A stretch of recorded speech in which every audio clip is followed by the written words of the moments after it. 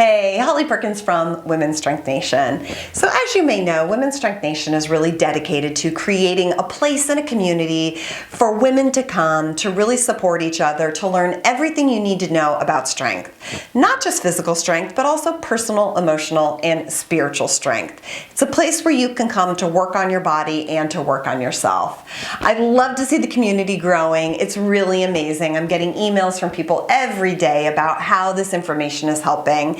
And I'm so excited to just watch the community continue to grow. So think of a woman in your life that might be able to use some of this information, and I hope you'll reach out, share this information with her or with all the women in your life. Let's grow this community.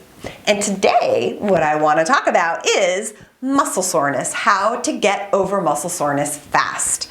The first part of this conversation is how and when and how much muscle soreness you should be seeing from your workout. So the truth is you don't need muscle soreness in order to get an effective workout.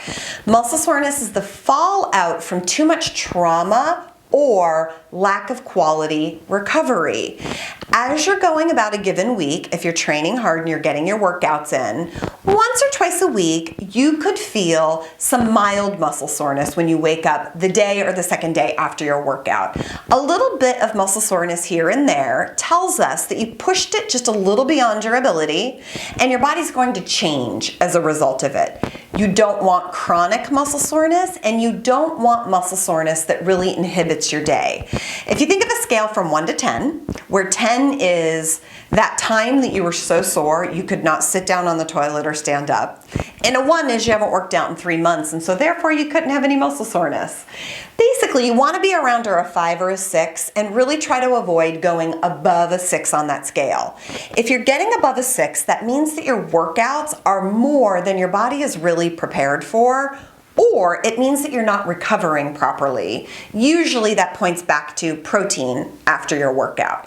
Now, for those times when you just weren't expecting it, and all of a sudden you wake up and you're a 6 or a 7 or an 8 on that scale of 1 to 10, and you are just really sore, here's what you need to do. First and foremost, understand that soreness is muscle trauma, okay? Doesn't really matter what it is, but it's trauma to your muscles. So the first thing is staying mildly active helps. You want to do an active recovery to bring blood flow into the muscles and to just help the muscle recover itself automatically on its own.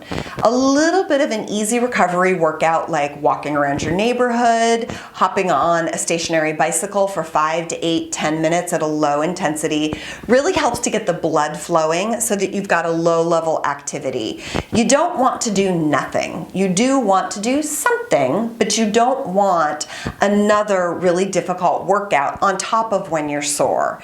Specifically, you want to avoid concertedly using the muscle or body areas that are super sore. So let's say you wake up and your legs are super sore.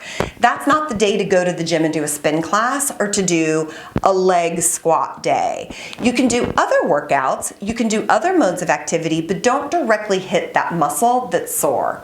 It's the first thing you want to do to really foster that recovery. Hot baths with Epsom salts or sea salts help tremendously because of the mineral content that is in the salt get absorbed into your skin, and that helps to recover sore muscles. Drink a ton of water. Make sure that you're eating small amounts of carbohydrate throughout the day.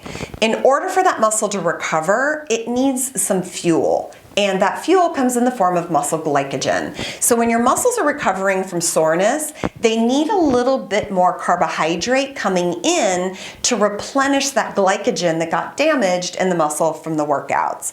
You might even notice that if you're super sore, you've got more sugar cravings on that day. So make sure that you're getting some extra fruit or maybe some whole grains, sweet potato, healthy grains throughout the day. That's really gonna help get over that muscle soreness fast. One of my favorite things to do is to take the hot bath with Epsom salts at the end of the day, and then immediately before bed you can take 2 Advil. Now I know some people are not able to take over-the-counter medicines like Advil or Tylenol. That's totally fine, skip it. But for those of you that are able to take Advil, specifically take Advil, which I believe is an ibuprofen, it's an NSAID, as opposed to Tylenol or aspirin. Those work differently. So specifically, Advil works great. No, I wasn't paid by Advil. I don't know any of the Advil people. It's just Advil really works very, very well if you're able to take it. And I have found that's actually the best way to target muscle soreness. Usually that muscle soreness is going to go away within 1 to 2 days. Make sure that you're doing gentle, light stretching throughout the day and keep your body moving.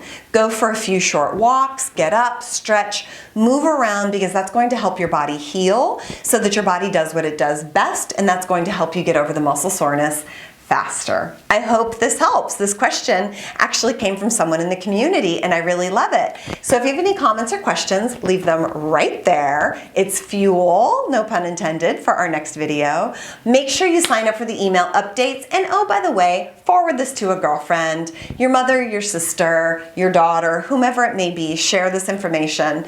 Let's continue to grow this community. I'm Holly Perkins, and I'll see you next time.